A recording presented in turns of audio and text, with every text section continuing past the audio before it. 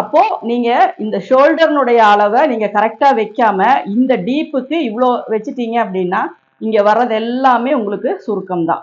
இந்த இடம் வர்றது ஃபுல்லா உங்களுக்கு சுருக்கமா தான் வரும்.